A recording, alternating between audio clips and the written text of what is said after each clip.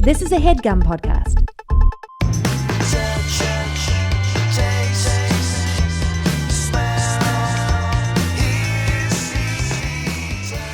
Hey, what's up, dude? Sorry I'm late. I'm good. I'm going to grab a iced coffee. Here, I can get you one if you need. Okay. With oat milk, please? Yeah, you got it. Thank you. How's things, man? Okay. How are you? I'm pretty good. How about you? Good. Do you have a kid? I do. You do. That's why I perpetually look and sound this tired. That must have been part of what spurred that question. No, I definitely have the vibe of someone with a kid right now. Yeah. Yeah. How old? He just turned 6. Oh, good age, fun age. I mean, in the sense of, starting to get a little more independent. You can let him do things a little bit more than. Let me turn this on silent. Yeah, and we live in a very sleepy neighborhood that's like almost rural, like almost not even suburban. Where are you? I'm in Jersey, but pretty deep out there. Right. And there's 3 other members of his kindergarten class live in our neighborhood. And Yeah. he can go walk down the block to his friend Killian's house, and we let him go and try. Not to That's stress him great. too hard. That's really great. It's nice. Thank you very much. It's nice. How are you? What's new? Good. Getting busy again. You never hear that.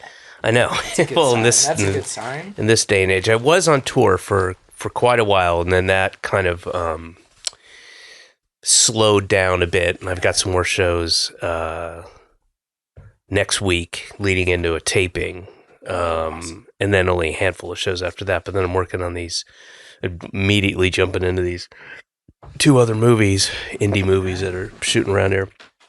Oh, all on the East Coast too? One is Upper West Side, and the other is Catskills. Sick. Yeah, but the really interesting and challenging thing, I suppose, will be they're both completely different movies, and ooh, you all right? Yeah, it's just okay.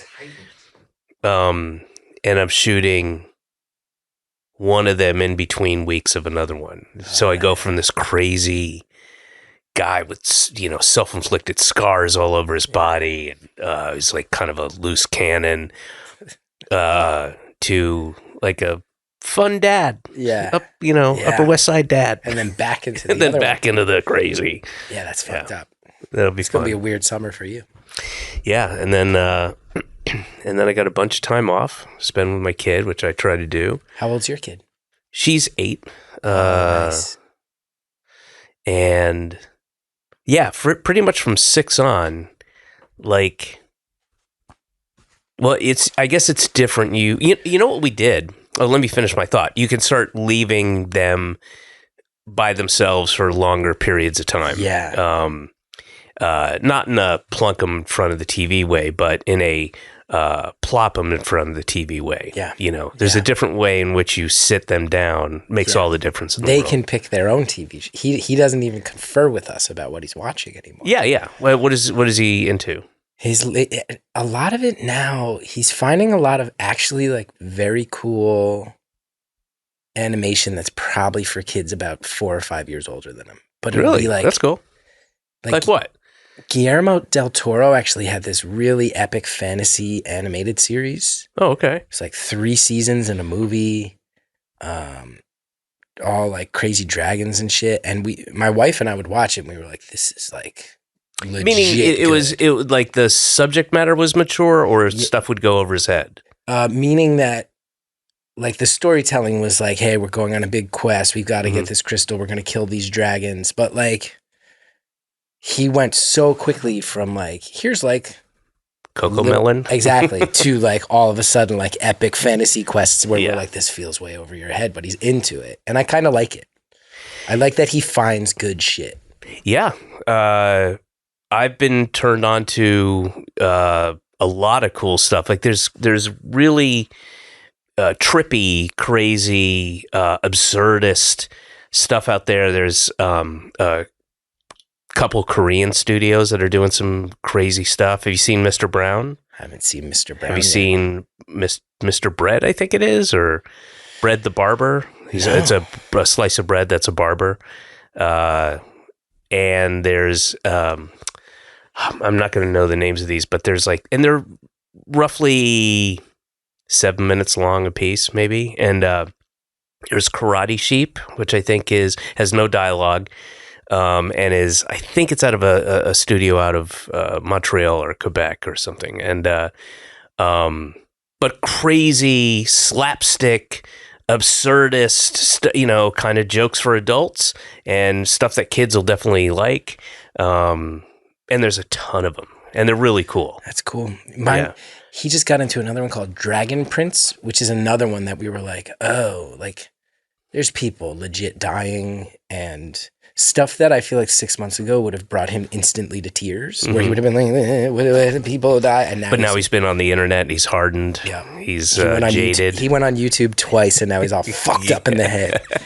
He's all fucked up and violent. There you go. The next thing you should watch is Adolescence.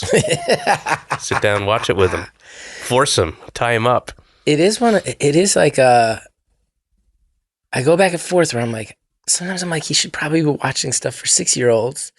Then I also keep an eye on this stuff, and I'm like, I don't mind if my kid has a sense of like, oh, this story is more well written than other stuff, so I'm gravitating towards that. I felt the same way. I've had that trepidation of like that moment of like, I don't know if this is right, but she seems fine and not demonstrating any bad behavior because of it, and I do have a feeling of like, this is kind of mature storytelling, and kind of cool.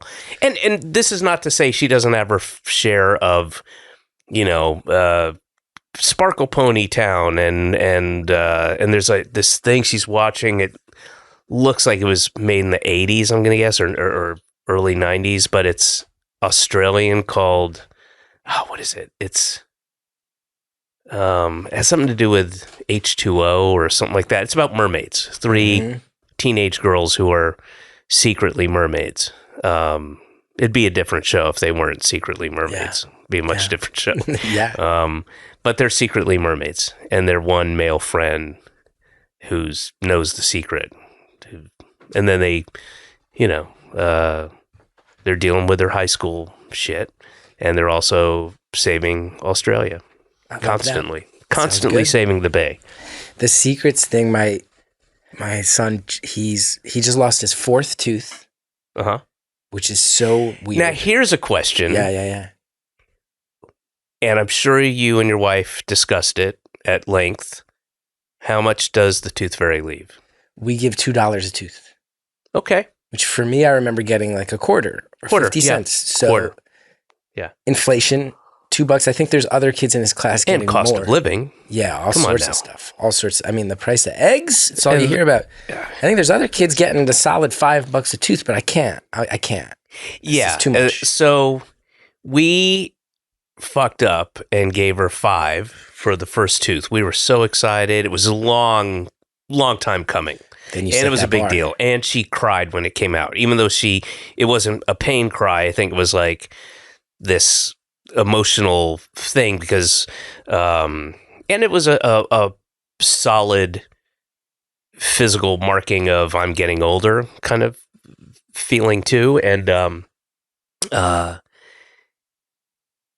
we gave her $5 and said the tooth fairy always gives or only we'll give $5 for the first tooth. That's the most important tooth, and then it goes down to $1. But she's a smart kid, and she's a little too focused on money and just had all these questions constantly. What about canines? Canines, because she learned about the difference. Aren't canines more valuable? Because Lana said that canines, because Aki got $20 for just all that shit we had to deal with. My guy, we've always had a policy of we're not going to lie to him if he asks us direct questions. Like I think that's just a very basic. Good luck with that. The best of luck with that. But you've not broken that. Well, just the other day when his 4th tooth came out, he came to us right after it came out, and he was like, guys, is the tooth fairy real? Oh, wow. Yeah. And my wife and I sort of made eye contact. And he's like, all the boys in my class are saying the tooth fairy is not real. The girls still really believe in magic, but the boys are saying tooth fairy is not real. So is the tooth fairy real? And my wife handled it really well. And she just was like, Cal, we're not going to lie to you. So really think about if you want to ask the question first. Like if you want the answer, just be really That is a be great smart about response. the question if you want to ask it. And he like took that in, thought about it. He's like, I want to know, is the tooth fairy real? And we were like, no, tooth fairy, come on. No, like, idiot. Smart Are kid. you fucking kidding me? You can pull your head out of the fucking sand, man. Do your own research. But we told him, but it's really sweet. Jesus, this guy over here. I know. This guy, Fucking you just tooth fairy. buy anything the mainstream media tells you. No, there's no tooth fairy.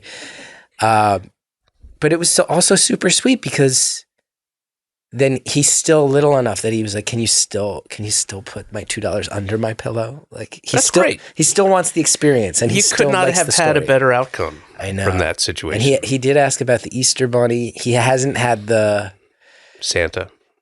balls to ask about Santa yet. He knows. He knows. He knows. but He's not going to ask that. That's why it was so. I thought my wife was so smart to be like, "You're getting the truth." So Oh, that's really think smart. about when it's time to ask. That was definitely yep, you're going to learn about all this stuff, but it's up to you when you shatter the joy of Santa. Yeah. It's on you, man. It's There you not on go. us now. You know how this works. That's great. That's really great. And hopefully he'll grow up to appreciate that and not, Yeah. not take out a school of kids when he's older. I mean, I think about it all the time. With you and your wife's names on the bullets. Oh, jeez. I mean, You never know. listen, if I got through my schooling, I'm going to say something so fucked up. If both me and my brother got through our schooling experiences without going down that road, he'll be fine. He's going to have it easier than we did, certainly. So There you go. He should be okay. He should be all right. Are you close with your brother? Yeah, he's 2.5 years older than me. Does he have kids? He has a son who's 17 days younger than my son. Oh, that's got to be convenient. And it was wild because my brother adopted his kid. Mhm. And it was on the And that process must have been a while. takes forever. Yeah. He was on this list for years. Yeah. So my parents went from being like, "Hey, Wait, so he's on this list for years. my son's born." So when he got the kid was already 14 years old. Yeah, it's Wow. weird how they do Started it. as a It's weird how they do it. Yeah. pod. They raise the kid in this sort of sci-fi like environment, this dystopian, and they're open about it. They're Well, like, it it wouldn't is be very sci-fi. dystopian. I mean, it would be fiction. It would be Reality. They call it sci-re. non-fi. Sci-re, yes, science reality. Oh, okay. But they're really open about it. We raise these kids in this dystopian chamber. Everything's very sanitized. Everything's very cold emotionally. Mhm. And we're just making That sounds like utopia to me. we give it a decade plus before we release the kid your care. Okay. No, but it was wild. My son was born and my brother was like, awesome, I get to be an uncle. And then 2 weeks later, he gets a call, get to this hospital right now. That's There's great. A kid. And my brother and I spent our Get to this hospital. There's a kid. There's a kid. And then when I tell you that's like not that much of an exaggeration, it was like, can you get to this hospital he's right waiting now? for you. For real. Hurry. He needs life support. I can't even stress how close to the reality that was. But it's also nice because my son and his cousin are like best friends instinctively. That's great. It's awesome, especially because me and my brother spent most I of assume our y'all live nearby. Yeah, I'm in Jersey. My brother's in Philly, so we Yeah. get to see each other on a pretty regular Great. basis. But my brother and I spent our whole childhood just like punching each other in the fucking face, like legit physically brawling up until our mid-20s. Our last fight, I was in my 20s, fist fighting my own older brother. I was in college. We were at an apartment I lived in my sophomore year of college. So I was 21 years old. What was the fight about? That one was he had come down. I went to Rutgers, which is the state school, so he had tons of friends from high school went there, so he'd come and crash with me, go visit his friends. Mm-hmm. It was one day I had to leave for work, and he had parked his car behind mine. It was like 7:30 in the morning. I think I was working at that point at a supermarket deli counter, so I'm already like not thrilled to be going to do this and being awake this early as a college kid. I Get there, I'm like, Mom, my brother, he didn't leave his keys on the table. I got to wake him up on the couch. Hey, man, where's your keys? And he's like, fuck off, you know? I'm like, you got to get up, move the car, fuck off. And I'm like, then just give me the keys, so blah, blah, blah. And he finally popped off and was like, stop riding my ass. He was in boxer shorts and I'm in a full A&P supermarket uniform. And we're just brawling. That's an erotic dream. It was really wild. And I'll never forget too, he was older than me, but he usually got the upper hand. And my brother's like even nerdier than I am, but one of these guys that was just born with a right cross. Like he has a punch, you know, sometimes it's like they say throwing a baseball, throwing a punch, you're born with it. He had a certain punch that if he hit it, it was like a knockout blow. It was crazy. So our fights would always be quick and they'd be like these, I was always kind of the more angry one, but then he'd get the upper hand. I'd be like, done. But I'll never forget our last fight. I managed to pin him up against a wall and I was like, chill out. And he's like, let me go. And I was like, you got to chill out first. You're still hot. I was like, I'm cool. Are you cool? He's like, let me go. And he wouldn't say I'm cool. I was like, I need you to say you're cool first. He's like, all right, I'm cool. Let me go. We're good. And I let go. And he instantly punched me in the jaw so hard that I went down. Wow. And that was our very last fight. But I was 21 and he was probably pushing 24 years old. Like, that's how old we were when we were still brawling. Like, but guess what? At the end of the day, who's in the A&P uniform and who's in his fucking underwear? To be fair, he also works at that A&P, just was not scheduled for that morning shift. He did have a uniform. I couldn't. Did you ever fuck with him, like leave stuff for him to do at the deli counter? We had fun. We got, me, him, and then probably 4 or 5 of our friends. Also, A&P, is that? It's not around anymore. It's not around. No. It was a good time. We were punk rock kids, and there were these 2 punk houses that all my friends lived in. These 2 houses, state school punk houses. Like if you know that culture, you know what I'm talking about. Like no one ever fucking cleans. Really fun. We all got jobs. This A&P opened in South Plainfield, New Jersey when I was halfway through college, and we quickly realized like you should just get a job. If a supermarket's opening, like if you don't, you got to really mess up your background check. Yeah. You got to really. And you can take stuff. It was easy to take stuff back then. It was the best. I remember. You're feeding your whole house. You know. I remember I was in the deli. Not a great choice. Sometimes, it's like a 5-gallon can of chopped clams. I remember taking like the last quarter of a full salami and going and standing in the upright freezer and just leaving it open a crack so I didn't freeze to death and just eating the salami because I was like a depraved college kid and being like, oh, this is rad. I don't have to pay for dinner tonight. That's not depraved, Chris. Eat salami like an apple, just like fuck yeah. But we used to get on my on the intercom system. And my brother was the ringleader on this, to give him credit. And he would just get on there and be like, can I get a price check on a child smile? Nah, everybody, that's priceless, And like, and you'd see everybody looking up.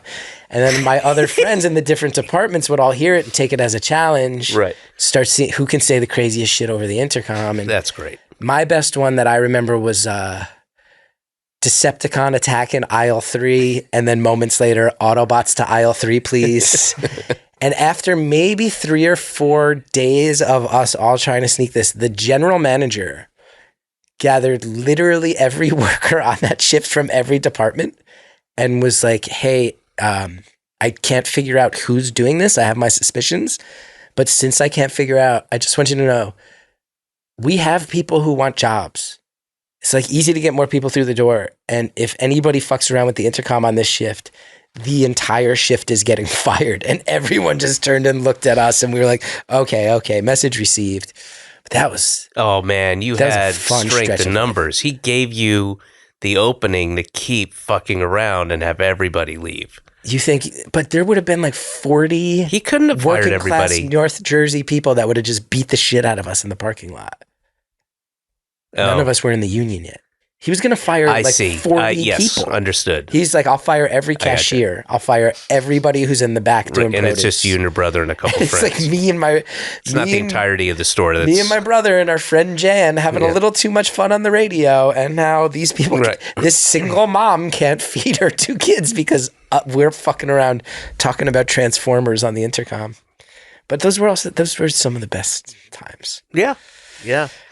I often look back, and I imagine I'm over romanticizing part of it, but or ignoring the really, really depths of despair. But my time in Boston, which preceded my time in LA, and I went out to LA with a job to go to, so it wasn't one of those like, let's roll the dice again, and I had no money, but I was doing stand up a lot, and that was all cash under the table. Not a lot of cash, but enough. No, it's still... and I had jobs here and there, but I have no one to blame but myself for not having much money. And because that was a choice, I'd rather play softball during the day or go out all night and do sets and then go see my friends' bands and then, be out until 5, 6 in the morning, stumble home, whatever, repeatedly. And, so I, as little money as I had and as day to day as things were, and, and really precarious situations, like if one thing went wrong, I'm out on the street and all that kind of stuff. I probably laughed more in those 9 years than I ever, I laughed a lot. There's a lot of good times. Yeah. I don't have too many regrets. I will say I've always been someone very defined by my anxieties and my stress. And for me... Well, you made a fucking career out of it. Yeah. I've cashed in hard on those lies. I'm the most confident person you've ever met, actually. But when the cameras come on, ooh, the anxiety. No, it's very real. Like really, really crippling at times. Well, I have to say, since, I don't know you that well, but I've known you for a long, long time. And you definitely seem way more, what's the word? Stable's not the right word. But I think it is. Sadly, I think it probably is. Yeah. Yeah, you seem more, but I wouldn't say you were unstable. You were just not comfortable. I don't know. Yeah, and I oozed that. Yeah, you oozed it. And I think even the people who I was comfortable with would probably describe me in the past as a very unpredictable person. Mm-hmm. It's like, am I going to show up and be the life of the party on this night? Or am I going to be super pissed off and quiet? Or am I going to, and I've definitely managed to chill out after many years. Yeah, I see a big difference. Yeah. And like you said, like you and I, it's always lovely to see you, but we cross paths a couple times a year. So to hear you be able to even track that is actually very nice for me. But I think like you describing those Boston days, I sit here and I go, for me, I was lucky to be part of that early wave of UCB, which is UCB takes a lot of shit in the comedy world. And, certainly it grew to a point where I understand they should have been paying artists for years before they closed. And I'm a guy who came up there and owes them a lot. And I can still see that and say like it got bigger and less of the magic, still a good place, but a lot less of that early magic. But I think back to being 19, 20 years old, taking the train in from Jersey, like going to that weird theater on 22nd Street, summer where the air conditioner broke, but crowds still showed up and people were just drenched in sweat, like 11 people there watching. Brilliant, brilliant people, some of whom would go on to be on TV. Underneath the supermarket. That was the 26th Street one, right? Right, yes. But like... I remember doing shows and staying out all night and being aware that it was so much fun, but also like going to the bar with like Bobby Moynihan's one of my best friends, and me and him sitting at this bar, McManus, which is a couple blocks from here. Oh yeah, I know McManus. Comedians all hung out there, and it's a fireman bar. Yeah, it's like firemen. It was always firemen and cops at the bar, comedians back at the tables. It was great, and I remember always stressing, man, like stuff's starting to happen for people, and And you think back then too, being happy for my friends, but you're like, oh man, like this person's on a commercial or this person got on a show and is it going to happen for me or not? And then I got older and achieved some things and realized I wish I hadn't let my anxiety overtake it. Because if I, even when it was happening, I was vaguely aware. Sitting in a booth with Bobby Moynihan in this Irish bar and a bunch of cops 10 feet away, stressing because am I going to make it in comedy or not? And we're up, it's 2:30 in the morning and we just finished doing 3 shows. Mm-hmm. And at the other end of the bar, like a bunch of the Conan O'Brien writer staff who are our complete fucking heroes at the time. And, you know, maybe Kevin Dorff from the Conan staff like buys one of you a shot and is like, I saw the end of your show, good callback. And you're like, holy shit, like my heroes are talking to me. I'm like, I wish I had managed to let some of the anxiety go because it was this major motivating thing for me. Mm-hmm. And I look back, I go, man, my life will never be like that again. And it was so unbelievably cool. I got to be part of some cool shit. Yeah. I wish I hadn't stressed as much while it was happening because it was fucking cool. Well, hindsight is 20/20, isn't it? And you get, you know, you've attained success and your life is better, or life is more stable. You got a kid. Yeah. And if you had, you know, known it's going to be okay, Chris, just trust me, it's going to be okay, then, you know, then you could pick and choose, which is the key. The key to happiness is you go, okay, I'm going to, when you're in that situation, I am going to stress about the future and my career and, you know, I'll engage in a whole bunch of what ifs, but I'm not going to do it right now. I'll do it tomorrow. That's a lot more where I'm at. It's a lot more where I'm at. And let's enjoy right now. Yeah. I think the smartest thing I ever did was that anytime I made money my whole career, I never changed an ounce of my lifestyle. So I was like the lead on a sitcom on Comedy Central one year and still living in Woodside, Queens, in a room with no closet with my buddy who I moved from college with up to the city. Yeah. And I think it was a full 3 years after that sitcom that I finally went and got a place in Greenpoint that was slightly nicer and had a closet and a little more privacy where my then roommate lived upstairs and I lived downstairs, which felt like luxury. But I've always been that way. The years where the money comes in, I stuff it away to help dissipate the stress for the years where the money's not coming. That's smart. That's a life lesson. I've done the same thing. And this is a source of tension at home, but my wife has a different approach. You know, in part because she didn't need to have a different approach. And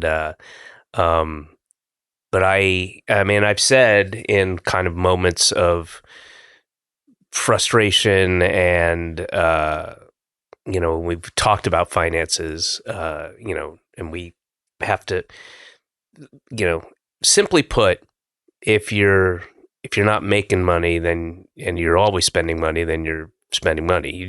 I am of the, you don't spend money unless you have it. And then even then you don't, you know, you save.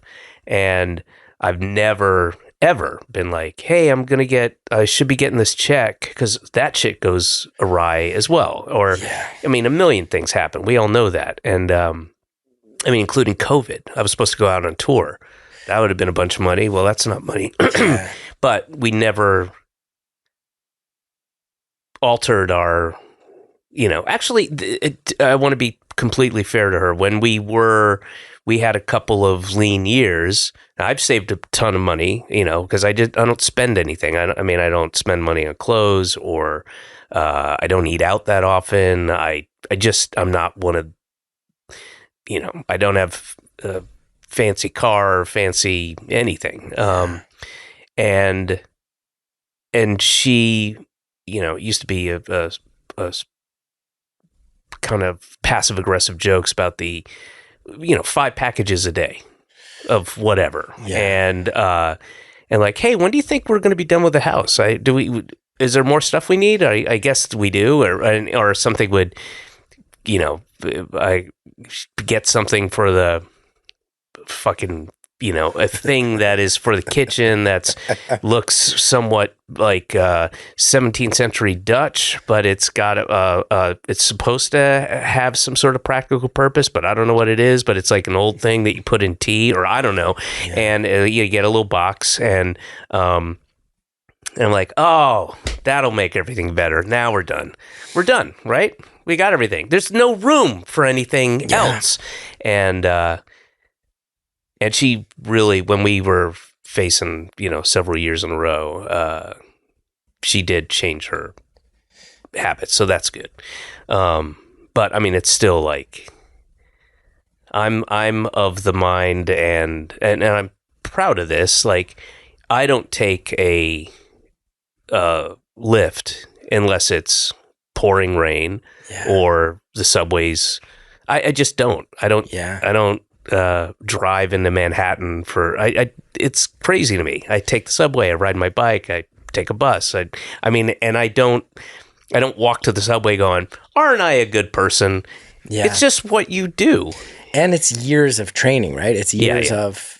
Well, that's the difference between my wife and I. Like, the Boston years I'm talking about, and I didn't have money. I didn't have more than $2,000 ever until I won a whatever the legal term is. I was fired inappropriately or something, and so they had put the monies that I was owed, like, and it was literally like $2,100. Yeah, and I went and fought. I fought it, an illegal dismissal or whatever it's called. And I won my case. And so this money was released. That was like $2,100. And it was like I just hit the fucking lottery. Never, and that meant for a week, I did not have to think about. I mean, I still look at the UPI index price. My wife has no idea what it is. I've even explained it several times. I know right, it's a thing, but I have no idea what it denotes. Oh, it denotes how much you're paying for, not the price of the bottle of olive oil, but how much the olive oil within it is priced. So you can look at, this bottle of olive oil is $16, and this one's $32, and this one's $8. But if you look at the UPI thing, you're like, the $16 olive oil is way more, for what you're getting for the amount of. So that'll be, 67 cents per ounce or whatever I'm not good at math. Yeah. And just little things like I still look at the right side of the menu, always. That's the first thing I go to. Yeah. And I am a longtime member of Consumer Reports. I don't buy a thing unless I go to Consumer Reports first and go, is this worth it? And a good example was, my wife bought a couple of these air purifier things that are aesthetically nice. They're kind of modern looking. They're quiet. They're sleek, and they, they're not like this big clunky thing. And she had it, and we had it for about a month, and then my daughter started getting these allergies, just symptoms, right? And then after a while, we tried a bunch of stuff. We took her to a doctor, then took her to an allergist, and they, basically do this and do that. And we got these different micro whatever they are, sheets. And then they said you should get a air purifier for her room. Okay, cool. And Amber was like, I've got an extra one of these. I'll take the one from my office. So let me just check. And I went, because this has happened before. This is not the first time. Literally the lowest rated, most ineffective air purifier on Consumer Reports. Literally the lowest. Yeah. And I went and got the best one, which was probably $120 cheaper than the one she got. And it's recommended by everybody. And that's one example. Same thing happened recently. She got these eco-friendly washing machine soap sheets, right? Yeah. So they're like a little sheet, almost like a dryer sheet, but and then you tear them up in little bits and you put them in the thing. It's not like the liquid, and it's supposed to be better for the planet. It's made out of this and that. Got it. Didn't get one. Got a case of them, and I went, looked it up. Garbage. Just absolutely useless garbage. That's very frustrating. So, sorry, I didn't mean this to be a, shit on my wife podcast. I love talking, episode, getting into the economic nitty gritty and but merging it with relationships. It is a source of tension. We try to be good about it. She is definitely better about it. I also have, to be fair, I have anxiety. I take medication for it, and I can be a fucking asshole about it. I can get super grumpy and, as I said, passive aggressive and just moody about that stuff. And I'm always worried about, because I grew up really poor. I'm not even talking about Boston when I was an adult. I've had the same roots. Yeah, we grew up. My dad left us in severe debt. My mom had no real skills, and she had 3 kids. Yeah. All of a sudden, So and dead in the middle of fucking Roswell, Georgia, and it sucked. And it took years and years and years and years and years of my mom methodically. I think the order was she got I believe it was a gasoline credit card. Yeah. Paid that off. That allowed her to get a Sears. She had to. This is over years, just to be just on to the build grid. up credit. Yeah. So that we can get an apartment that was somewhat decent. Yeah. And I've had some. I feel very conflicted about my version of those memories because, in some way, they make me very sad. In other ways, I find them happy and inspiring. My version of this was I had about a year or two ago, I had this memory pop into my head of me and my friend Josh, who was my best friend when I was really little, hanging out in some doctor's office and being really bored, waiting for my mom and his mom to be done. And that memory popped in my head. And it's a memory I've always had, but it finally occurred to me, why were our moms together in a doctor's office? Why were he and I there so long that we were bored? Like, you don't go to the doctor at the same time as your friend. Like, what?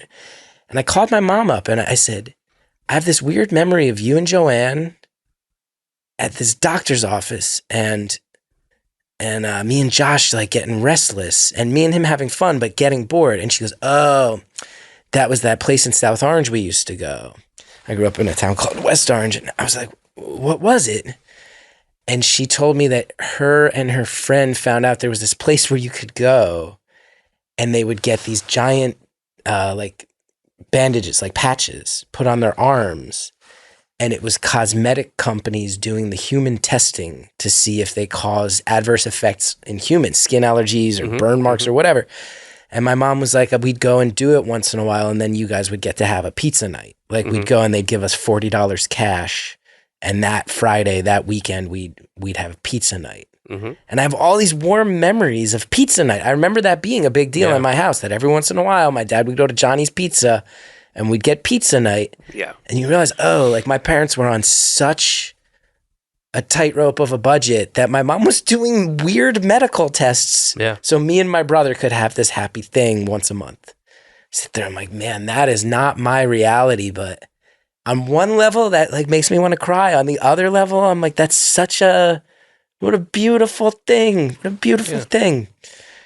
And it's weird. I mean, the absolute, like, go look at this through the eyes of all the women who have benefited from your mom's sacrifice of a itchy or burnt arm, and now they look their OnlyFans account is their Instagram stories. Those rich women's skin did not have to be because my working class mom took the hit so that the rich women never had to live through that hell, that horror. Have you ever had, I've had it catch up to me in weird ways as an adult. Do you ever have moments of, oh, I grew up much poorer than I am now?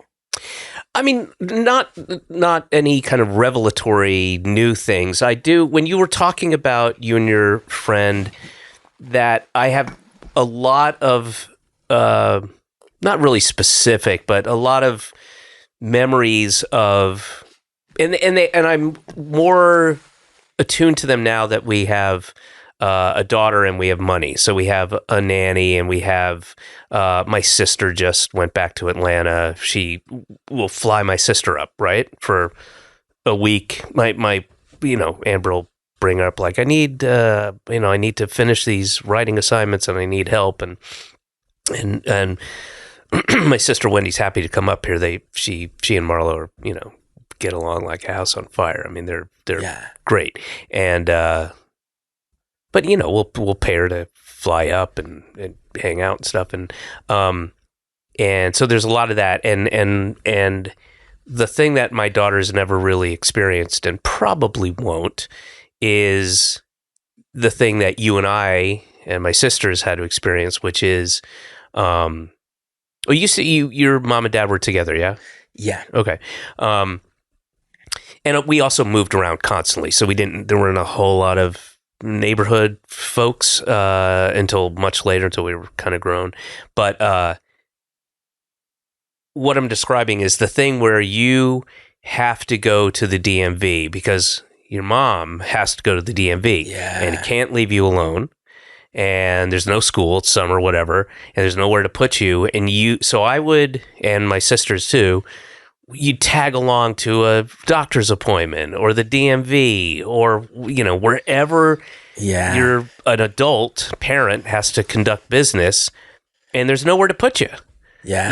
And get in the car, we're going, all day. Yeah. And that's, and so one good thing was, for me, was I read early on, and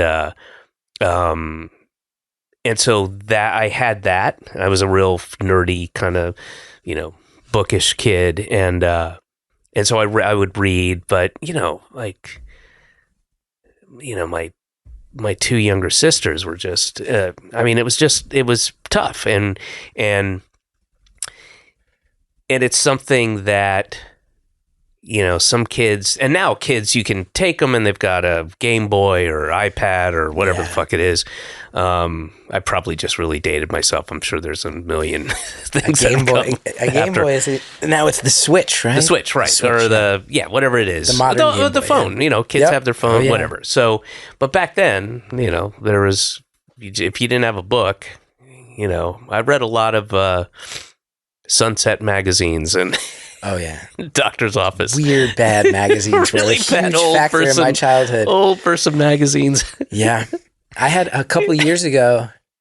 I ran into one, and I just kind of quietly kept it to myself. But my wife was baffled because I forget where we were, but I asked her to pass the maple syrup. She's like, "Well, it's breakfast syrup," and I was like, "Yeah, the maple syrup." And she's maple syrup. She's like, "No, that's breakfast syrup." Like breakfast syrup is fake maple syrup, like the big plastic one. Yeah. And then she's like, "Well, the maple syrup comes from a tree," and I was like, "I thought that was just like different grades of quality." She's like, "No, this is not maple syrup. This thing is not maple syrup." And then I realized I was kind of like laughing to myself, but also like, man, where you go? Oh, right. I grew up in a way where if there's a $2 option for this syrup, and the maple syrup is $5.50, $6. Yeah. I guess to me, there's no delineation because I'm never having that other one. Like that one's not a factor. But once you have maple syrup, you're like, oh, this other stuff is like it's watery, it's corn syrupy garbage. Yeah. But in my mind, those are the same thing, right? Because this was not really an option. You don't really mess around with the fancy. It's all maple syrup to you. It's all maple. You're allowed to call it. There's all good whatever maple you syrup want. and there's regular shitty maple syrup. It's all maple syrup. If you can't afford to get onto this idea that there's a spectrum of these things, then just call it whatever the fuck you want. You can't afford to be in the game, man. But see, this brings up something that I'm in the middle of now, which is I'm a little jealous of you. Like I was cooked on the city. I was very, very burnt. And I got to a point where I was doing, there was like a stretch in New York comedy that's where I was like kind of like one of the guys in like Brooklyn comedy, you know, like yeah, I was helping to lead the charge, and that's how I saw you. Yeah, and you know, sold a TV show, talk show, eventually employed a bunch of the Brooklyn comics, like real community guy. Was also like getting recognized around the city, but was doing well enough that there would be like I had my TV show on and there were subway posters of my face, but I was still taking the subway every day. I'm not a person who can take cars. Even if I could afford it, I don't think I would have that in me. I'd feel very uncomfortable. I took the subway down here. I take the subway every day. I remember a stretch where it was, I both had my off-Broadway show running and my TV show, and they both had subway posters. So we'd pull into subway stops, the doors would open, and I'd see literally 4 posters of my own head, and then everyone turn around, and it was weird. And then, but it was also this tipping point that I'm sure you've run into your version, where I'm like, there was a long stretch when I was on public access TV that was kind of my golden age, where New Yorkers started to view me as their guy, where I'd like walk. I remember once walking through Washington Square with my now wife. Some guy walked by and was just like, "Hey, Gethard, man, love the human fish, public access forever, bro." I was like, "Thanks, dude." And my wife was like, "Oh, you've become like a New Yorkie guy. Like New Yorkers recognize you from this thing. That's cool." Then I got big enough that it turned. And I remember like being on an F train platform once and hearing somebody going, "Gethard, Gethard, Gethard." And it was really sad though, because I have dealt with mental illness in my life, and kind of quietly leaned over to my wife and I was like, I need to, do you hear someone whispering my last name right now? And she was like, "Yeah, I hear it." Because I was like, I needed to check if I was hallucinating or if someone was being that odd. And she was like, "Yep, someone's trying to get you to turn around instead of just walking up and saying hi." Right. So I left the city, and I'm a little jealous of you because you've managed to stay here, which means you get to kind of opt into your own life. You get to still go see bands if you want on short notice. You get to still walk out the front door if it happens to be a night where you have some time free and see what you can figure it out. Whereas I'm in the not just the burbs, but like where the burbs and the rural area smash. And I'm this Wait, conversation. where they fuck? Yeah, they smash. It's crazy. It's suburban people and farmers fuck like wow. Okay. Dogs and there's heat. a specific area. There's a real area of New Jersey where if you are suburbanite and you want to fuck a farmer, you come to my hometown. Okay. And it is hot and heavy. I would say like borderline gross sex. It's well, when you're, I don't know, farmer sex is not. I mean, they're just bringing a lot to the... And they're seeing animals all the time. Yeah, that's what I meant. Unless they're like have a sunflower farm. There's less of that. It's more like raw animal, like it's fucked up. It's dark. It's dark. It's the dark side of sex. I took all my TV show money and I bought a house. Mm-hmm. And now I'm just praying I can hold on to this house. But I'm also living in an area where my son is in a great school. And his life is going to be a lot more relaxed than my childhood was. Mm-hmm.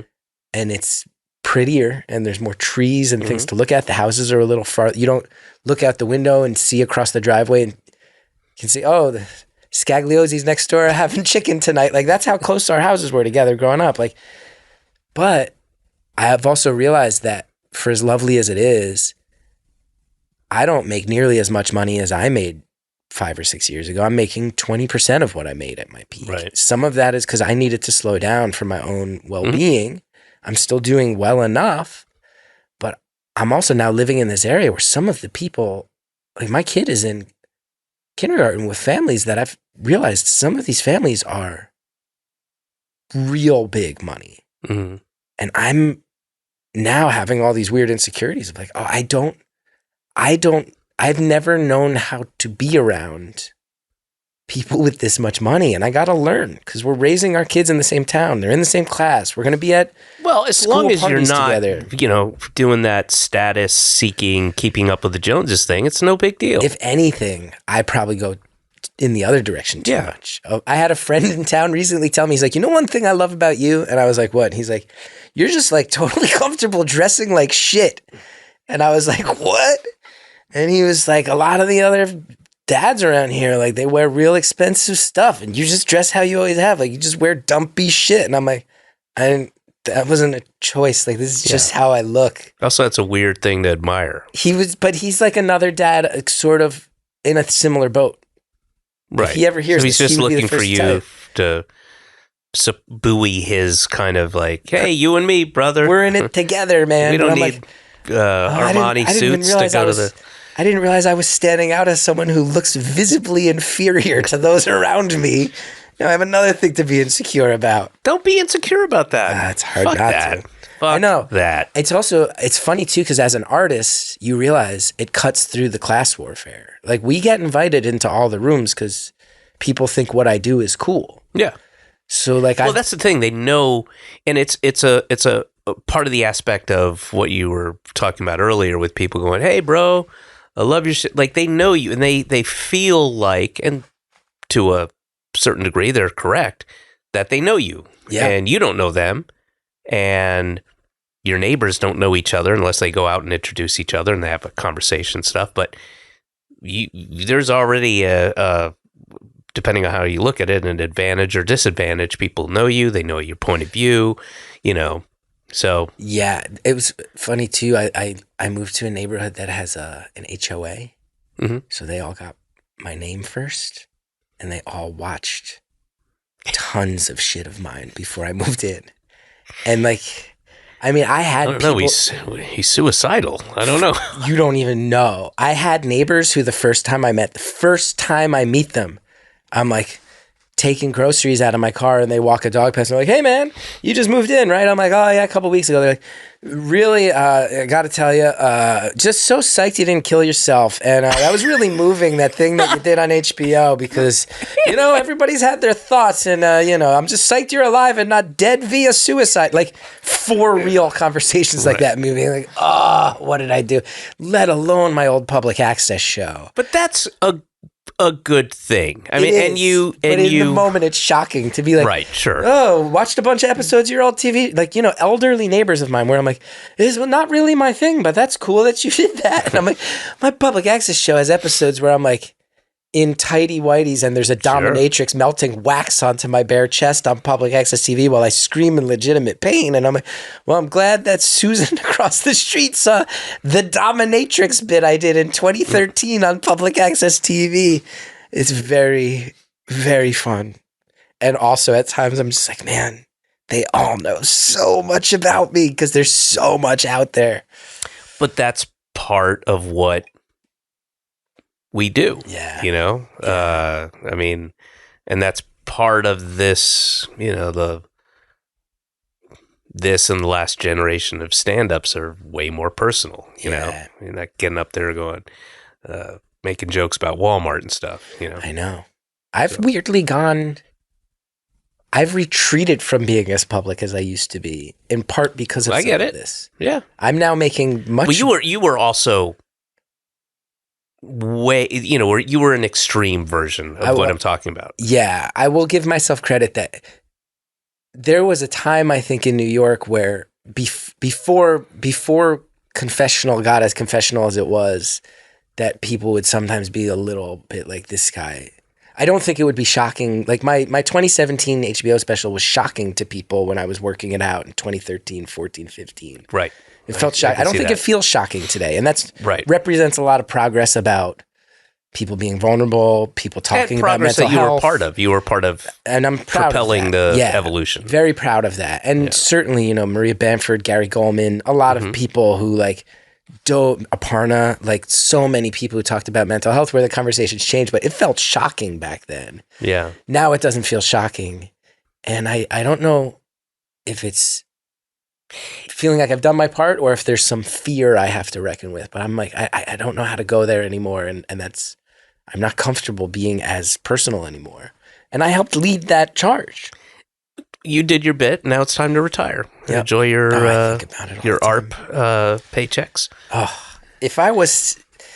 I have the mentality. If I was 20 years older, I would be clock me out, cash me out. Let's do it. Where's what I was thinking on the way to the podcast this morning?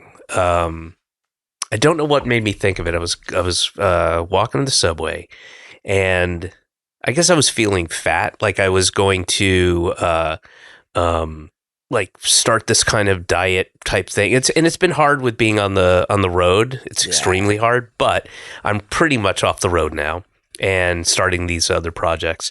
And so I was like, oh, I'm going to drink less, and I'm going to no snacking after 8 and all these little things that have worked before.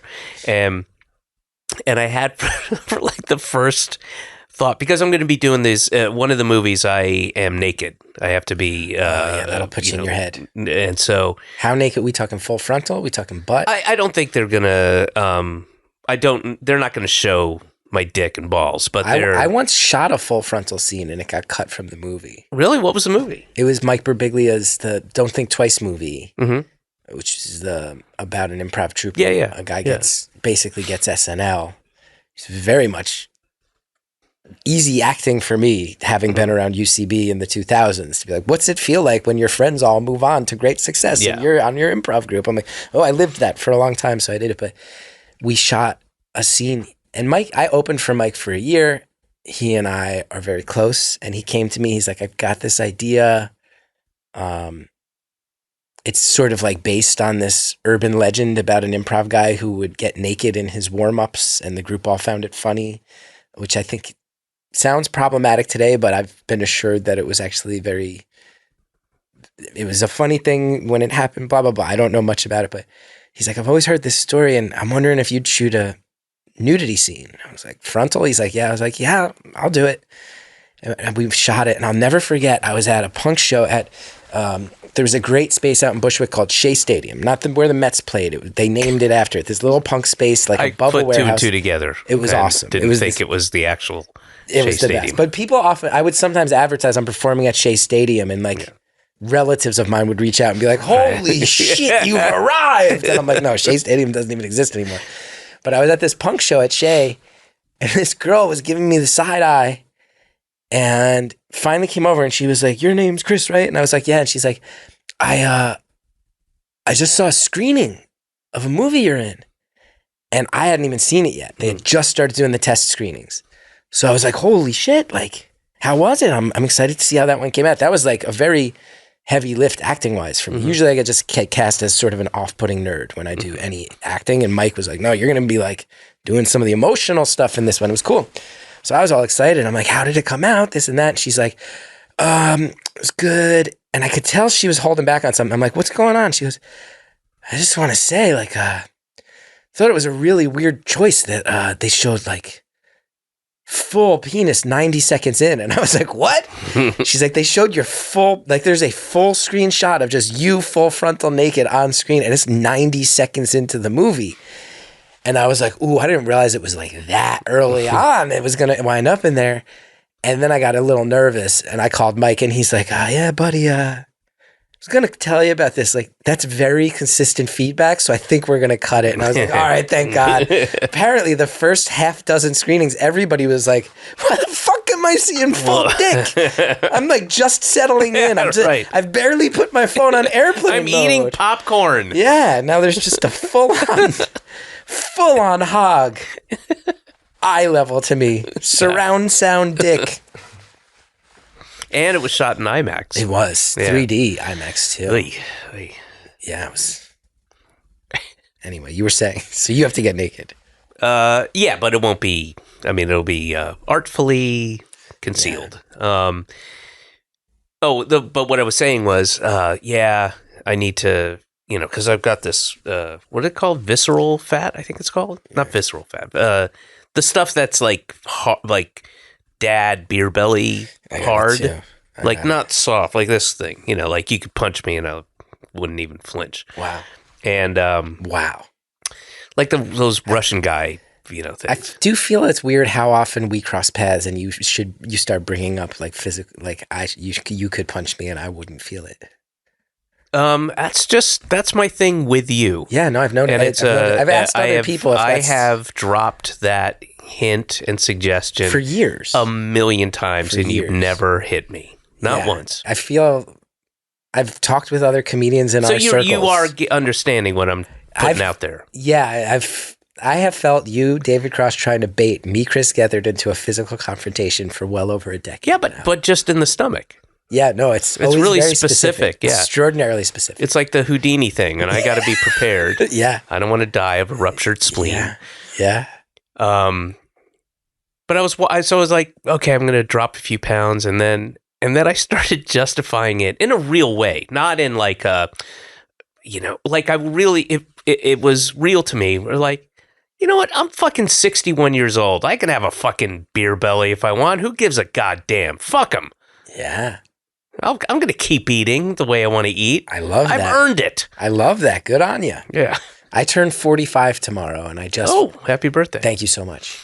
And I just feel...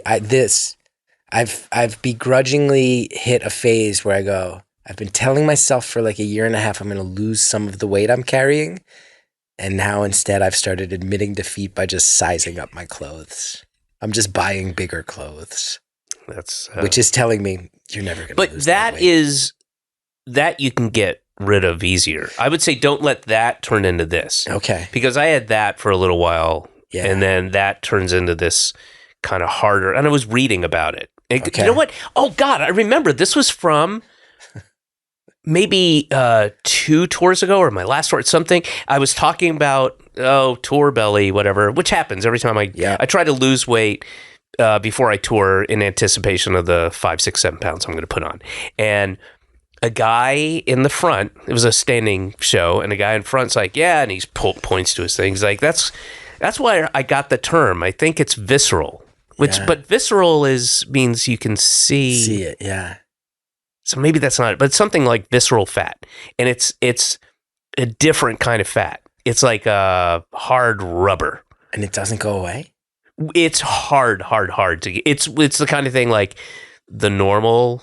I'll get on the treadmill for half an hour, and you got to really do some shit to get rid of that kind of your belly fat is get on the treadmill, get some fruits and nuts and grains and whatever. Yeah. And this is like you've gone past this. That's not a plan for you anymore. We have to do something a little bit more.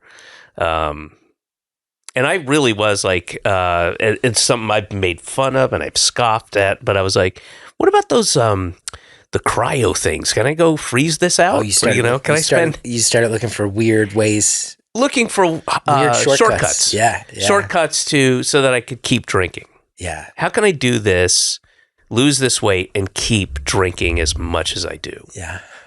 And if anybody out there has an answer to that, please. I recently had a guy who I think was well-intentioned reached out to me on Instagram based just on seeing pictures of me over the years. And he said he's a fitness coach and he has an online portion of his business that he's trying to grow. And he said, I can help you lose that weight around the middle. Mm-hmm. If you want to work with my company, I can absolutely get you where you want to go. And I was interacting with him. I feel bad because I eventually ghosted him because I was interested. At first I was like, cool, maybe this is the kick in the ass I need to finally lose. I'm walking around like about 15 pounds heavier than I would walk around before my son was born. Right. He said, maybe this will get me back, like my metabolism back to that. And then he sent me this sort of contract. Okay, I'll provide you with all these free coaching sessions and this and that. But he said one of the things that I was obligated to do was post a before and after picture on my personal Instagram. And I just could not reconcile that thought. I'm like, if it ends well, then fucking A, awesome. Then awesome. I'll post the before and after if I lose 20 pounds or if all of a sudden I have abs for the first time in my life or my pecs are manly for the first time ever. But if I'm lazy about this and I lose 4 pounds and I've now signed a contract where the before looks like shit and the after looks also like shit, I cannot sign a contract that I'll do the before and after. It could end so sad for me. Let me give you, it could be funny. Could be actually pretty funny. If I saw that, I would laugh. Post the before and then 6 months later. Or even worse, though, then just the world sees that I never post the after because I just gave up along the way. Hey, I'm working with these coaches. Here's my before shot. Check in a few months. And then a few months later, I look even worse. Yeah. Or you're in a wheelchair. Mentally, I could not get over that block.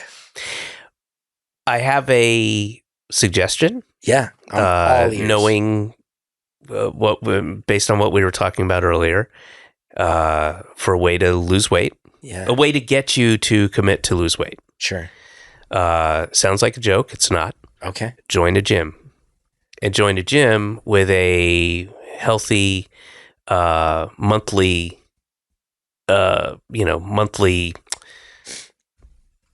payment, and then do a automatic pay per month. Yeah. Put a year's worth on there, and you'll sit there and going, oh shit, I paid $320 for access to this gym every month. I better use it. Yeah. And it will make you, it'll just be the little thing that like gets you up off the couch. If you need that little thing, it gets you out the door. I recently did like, you did that. I got in even one better. As someone who has talked about like being frugal, even when things get better financially. Yep. I recently rented a small office in New Jersey, about 15 minutes from my house. And I like the work from home thing was really done. We have a 6-year-old, we have a dog, we have a million things that need to get done around our house all the time. I can't work from home anymore. Yep. Got the office, love it. But it's street park. I'm paying street meters. And the cheap comedian in me realized there's a gym about 2 or 3 blocks away. And I joined the gym. And they have park there. They validate 3 hours of parking a day. Mm-hmm. So if I go every day that I go to the office and park there, it actually pays for the gym membership based on the validated parking. The validated parking, what I would have paid on the street, 3 hours a day, would add up more to than the monthly gym membership. So the way I see it, this gym is sort of paying me to be a member. There you go. But I have to go, or else I'm paying for parking and the gym. I like that. That's a little more convoluted, but still works. Same idea. And I can even go, what I'll do is I'll park at their parking garage. I'll go work for 2 hours. Mm-hmm. Then I'll go over there, work out for like 45 minutes. They still validate all 3 hours. I just got 2 hours and 15 minutes of free parking on the gym. Yeah. That was not gym specific. So I feel like the part of me that likes being rebellious feels like I'm stealing from the gym. I feel like I'm bilking the town out of taking more money out of my pocket from the parking meters. I don't see it that way, but okay. It's the start the start of a quiet rebellion where both this one town in New Jersey and Crunch Fitness are finally going to get what's fucking coming to them because of me and how I'm behaving with this free parking scheme. Wow. Yeah. That's smart, impressive. Thanks so much. I'm a real mastermind. I'm really a puppet master pulling the strings, and these people don't even realize it. But you're pulling your own strings. You're your own puppet master. Yeah.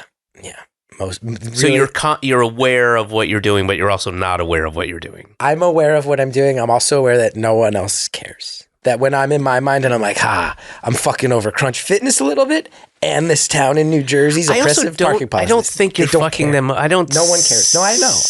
But I have to be driven by feelings of you're getting away with something. Gaming the system. Knocking down the person in power. It was how much power Crunch has. Oh, Crunch Fitness. They rule Northwestern New Jersey with an iron fist. No judgments. Crunch, absolutely. I'm infiltrating them from the inside. Yeah. And I'm happy to say, I just watched both seasons of Andor, and I'm ready to start a rebellion. Crunch Fitness. I don't know what that is. Andor's great. It's a Star Wars show, but even if you don't like Star Wars, it's just a pretty great show. Do you have to know Star Wars? No, you could watch this entire show, and then the Star Wars stuff would feel like set dressing, but it's really a show about like how do oppressed people rise up and start organizing. Mm-hmm. And it's kind of shocking that a Disney-funded Star Wars property has this level of rabble-rousing inside it. Or I'm like, this is wild. But anyway, I'm going to take down Crunch. I'm going to take out Crunch Fitness. Finally. Someone has to. Chris, do you have anything you want to let the folks know about? I don't know when this will come out, but that's fair. Let's say a month from now. I would say the big things I'd love to let people know about are I have my own podcast called Beautiful Anonymous, where I talk to people on the phone and they stay anonymous and we have hour-long conversations. People you know or people you don't know? No. Random strangers. They call in. Some of them are like super, light, funny stuff. I'll get, a teenager calling up and being like, here's what it's like to just be in high school right now, dude. And I'm like, awesome. And then sometimes people call up and they're like, here's the darkest shit I've ever lived through. And I don't really know what's cool. coming. I'm going to have to check that out. Yeah, it's Beautiful Anonymous. Beautiful Anonymous. Right. Yeah, I'm really proud of it. And then the other thing I want to plug is I started a couple years ago working with a nonprofit called Wellness Together that helps fund mental health services in schools. Mm-hmm.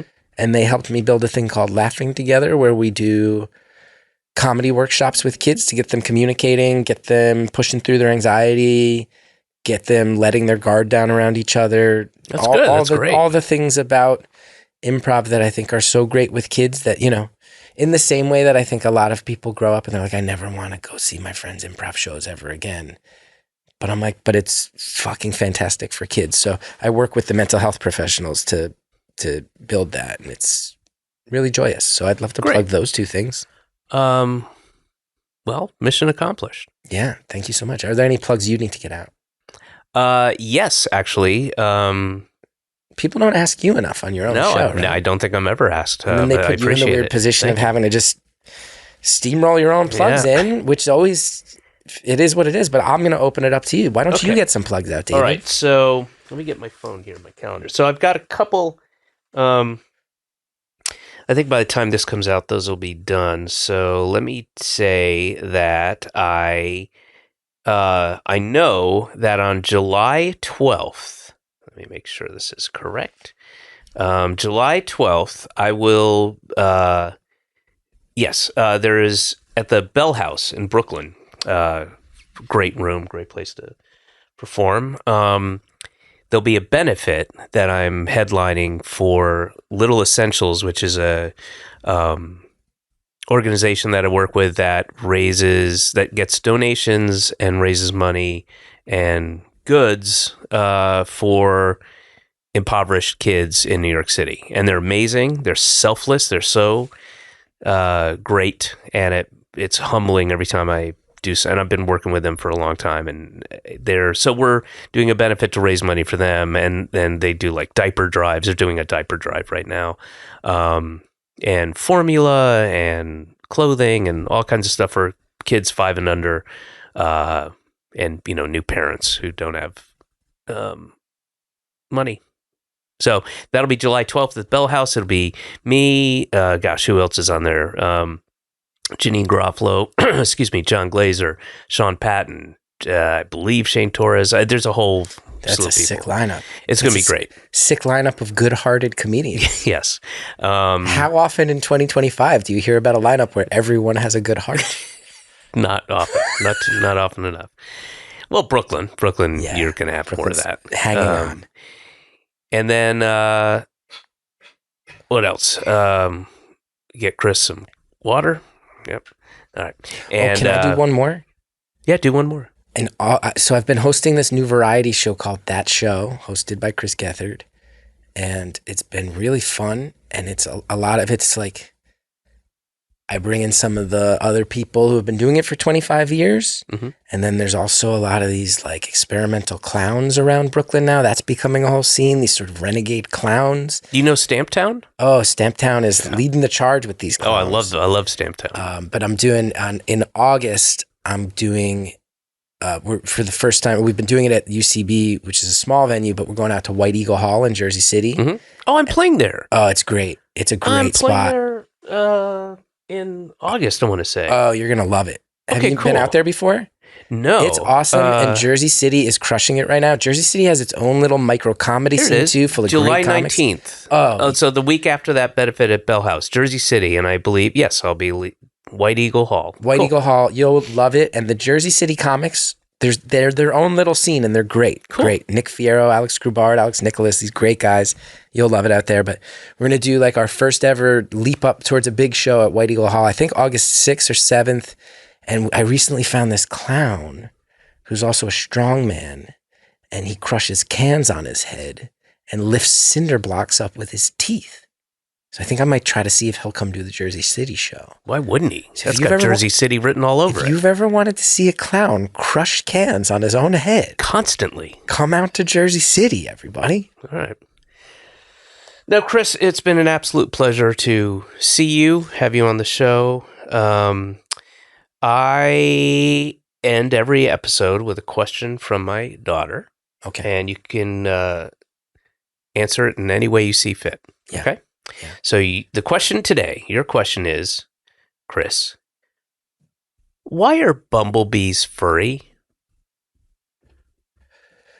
I think bumblebees are furry because they do a lot of good for the environment, but everybody thinks of bees and goes, oh no, they're going to sting me. So they have to do something cute to remind you that they're actually very productive members of the ecosystem, pollinating, making sure plants bloom. So they get a furry and cute part so that humans are less inclined to want to instinctively smash and kill them into non-existence. Did that get too grim at the end for your daughter?